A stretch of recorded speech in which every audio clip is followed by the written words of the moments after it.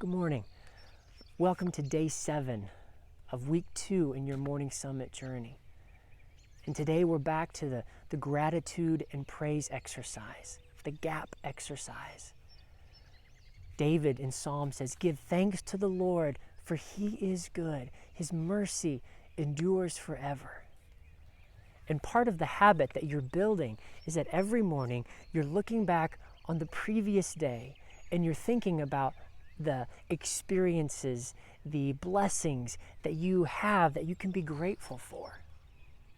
Yesterday I was talking to someone and she's a wise grandmother now, and she was talking about when she was a young mother and how she would spend 10 minutes at nighttime with her children as they were going to bed, and she would just talk to them and she would say, what made your heart happy today?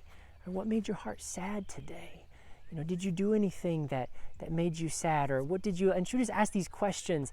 And I shared that with my wife last night. Just kind of hey, this might be a cool thing for you to do, because my wife works a lot, and my daughter had just mentioned, I never see mom, and that's not true. She sees her all the time, but what she was telling us in her little 5-year-old way was, I'm not feeling like my love cup is full. I want some love from mom. And so I told my wife Riley about this, and I wasn't sure if she would want to do it or not. But the cool thing is that she said, that's a great idea.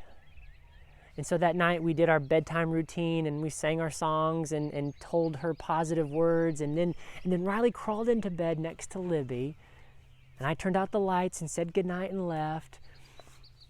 And they talked, not for 10 minutes, because Libby just got on a roll. Riley was in there maybe 20, 25 minutes. And when she came out, she was glowing.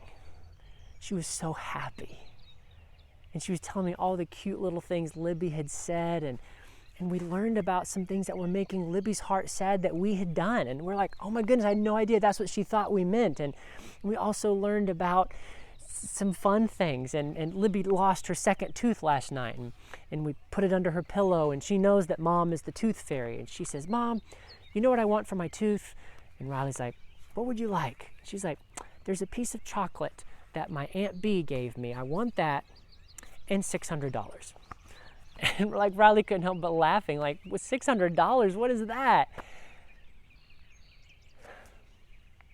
And the reason I'm telling you just this little story is that's something I'm grateful for. A godly woman shared something that she had done with her children.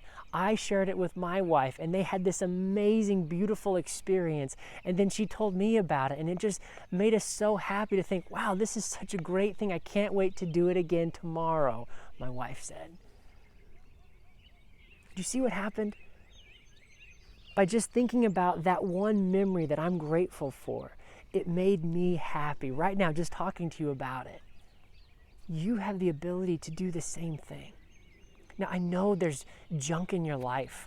I know that if we want to go down the path of negativity, we could just talk about all the unfairness and the wrongs and the bad and the sin and the darkness, but forget that. Step into the light. Leave the cliff of negative emotions and walk to the cliff of positive emotions through gratitude and praise. Praise the Lord for using Gail to give me some life advice on how to be a good parent. Praise the Lord for him softening my wife's heart to where she heard my idea and didn't hear criticism but heard an idea. Praise the Lord for the love that he gave my wife and daughter to where they could share.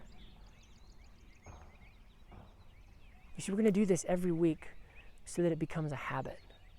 So that the next time you find yourself on that low cliff, you know what to do. Because God is faithful. He loves you very much. And he's got this. God bless.